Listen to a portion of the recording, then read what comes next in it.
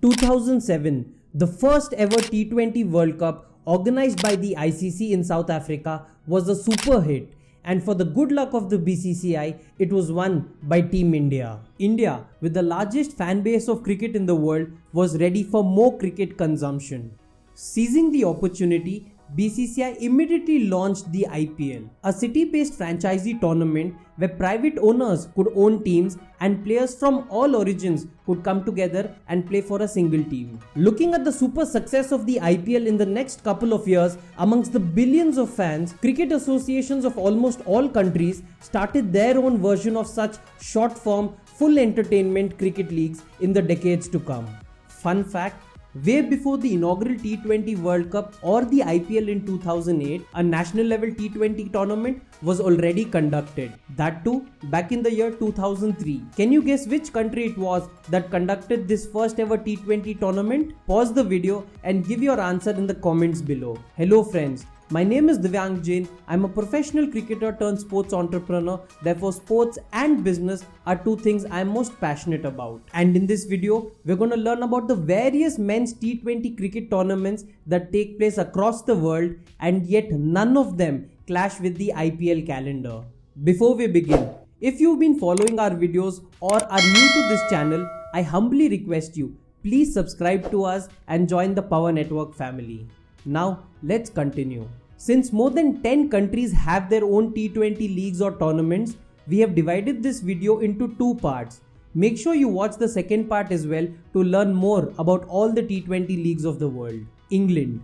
When England's domestic 50-over tournament ended in the year 2002, the England Cricket Board needed another one-day tournament to fill its place. In response to the dwindling crowds and the reduced sponsorship, the decision was made to launch a 20-over competition with the aim of boosting the game's popularity, particularly with the younger generation. The intention was to deliver fast-paced, exciting cricket accessible to the fans who were already put off by the longer versions of the game. The first official 2020 Cup matches were played on the 13th of June 2003, making England the first country to experiment with the T20 format of the game. The first season of 2020 was a success, with crowds loving the short form of the game. It was even marketed with the slogan, "I don't like cricket, I love it," a line from the cricket-themed pop song Dreadlock Holiday by 10cc.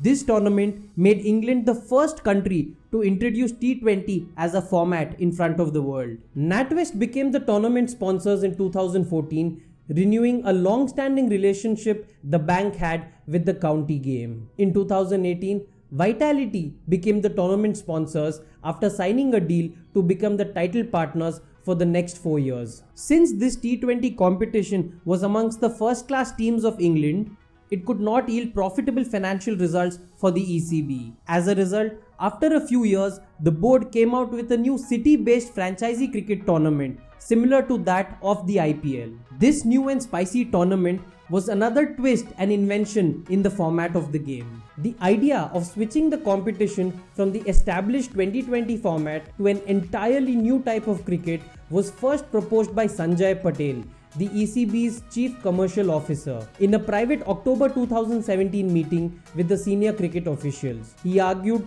that this new and even shorter format would be simpler to understand for new audiences that the competition wants to attract. Therefore, the 100, a unique 100 ball per innings format was born that was scheduled to start in the year 2020, but due to COVID pandemic, it finally kick-started in September 2021 with 8 city-based teams. Australia. The Big Bash League is a professional club T20 league which was established in the year 2011 by Australian Cricket. The competition features 8 city-based franchisee teams. Each state's capital city features one team, with Sydney and Melbourne featuring 2 teams each. BBL matches are played during the summer months of Australia in December, January and February. Unlike the IPL, which is based on the model of privately owned franchisees, the BBL is completely under the ownership of Cricket Australia. That means each of the 6 state associations in Australia undertake the management of the franchisees under the strict guidelines by the central board, Cricket Australia. In the first 11 Big Bash League tournaments, clubs would typically negotiate directly with the players and their representative agents to include them in the league. But from its 12th season in 2023, a draft system was in place where all cricketers who wish to play the tournament have had to put themselves forward for the draft, from which the teams will pick their preferred choice. A franchisee can have maximum of 19 contracted players for a season with the squad, including a maximum of 6 overseas players, although only 3 overseas players can play in the playing 11. These are some of the big international cricketers who have played in the BBL and made the tournament extremely engaging. The Melbourne Derby and Sydney Derby matches are some of the most heavily attended matches during the league and are widely anticipated by the fans. Many present and former cricketers from Australia like Brett Lee and Usman Khwaja have called for more private investment in the Big Bash League to help take it to the next level and involve more international megastars. I'm sure most IPL team owners will end up buying stakes in the teams of BBL if and when the league opens for private investment. Bangladesh. Immediately following the success of international franchisee-based T20 leagues across the world like the IPL and BBL, the Bangladesh Cricket Board announced a plan to replace their National Cricket League with a private franchisee-based cricket league. In January 2012, the board entered a 6-year 350 crore deal with Game On Sports Group to establish a franchisee-based tournament. During the inaugural franchisee auction, 13 companies took part in the bidding process, with 6 winning the rights of each club. The very next year, 1 additional team was added. Bangladeshi millionaires from the footwear, textile, furniture, real estate and software industries own teams in this league. The daughter of a former ICC president AHM Kamal, Nafisa Kamal, owns the successful team Komila Victorians, making her the first woman in Bangladesh history to own a cricket franchise. These are some of the international cricketers who have taken part in the Bangladesh Premier League. The BPL operates on a draft system where players are assigned to the teams and the players can also be traded between the organizations. West Indies. The West Indies Cricket Board was going through a terrible financial time after they hosted the 2007 ODI World Cup. When the World Cup matches were going on in the West Indies, it was sleeping hours for majority of the cricket fans who live in the Indian subcontinent. Adding to that, India was crashed out of the World Cup from the group stages itself.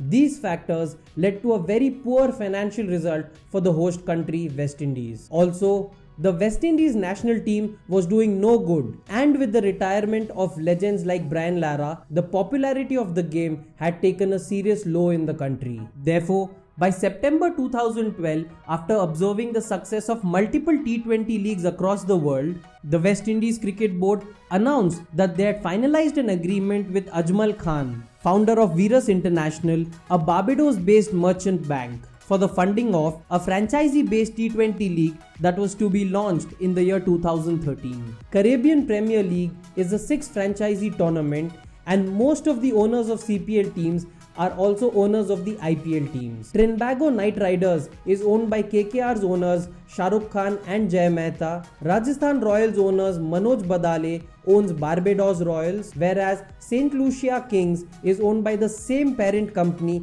that owns Punjab Kings, comprising of Mohit Burman, Nes Wadia, Preeti Zinta and Karan Paul. After 8 seasons, the viewership of Hero Caribbean Premier League passed the $500 million mark twice in 2 successive years in 2020 and 2021, with strong numbers across the globe. The total viewership of 517.4 million across linear TV and digital channels was recorded in the year 2021. United Arab Emirates. Not all cricket leagues were started just to gain financial profits for its cricket boards. UAE, an oil-rich country from the Gulf, is on a mission to promote sports in order to garner world attention. We all saw that when a tiny nation Qatar spent $200+ billion just on a football World Cup in order to attract global eyeballs. UAE has had a long and old connection with cricket. Back in the 90s, Sharjah Cup, organized in the country, was a very popular tournament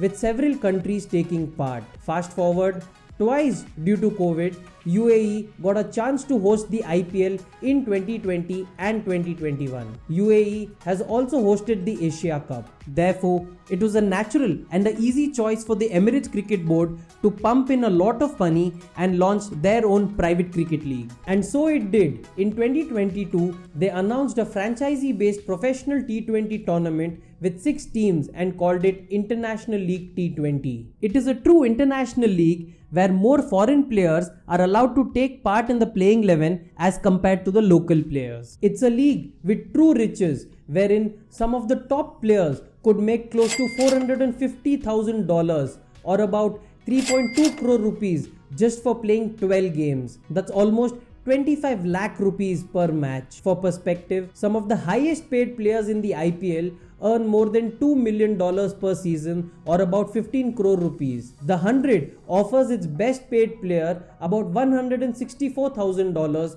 or about 1.1 crore rupees. And the most expensive overseas players in the BBL make about $238,000. That's about 1.9 crore per season. Franchisee owners from the Indian Premier League such as the Knight Riders Group, Reliance Industries, GMR Group along with Lanza Capitals, Adani Group and Capri Global Holdings Private Limited were announced as the owners of the team. 3 original IPL franchisee owners also got a chance to sign up 4 players from their current IPL squads. Zee Network was the broadcaster for the league in India and the matches took place in the Jan-Feb months of 2023 for its inaugural season. That's it for today, folks. Do check out the second part of this video that's coming soon. If you like this video and like our content in general, I humbly request you, please do subscribe to this channel. Don't forget to like, comment and share. Until next time, thank you.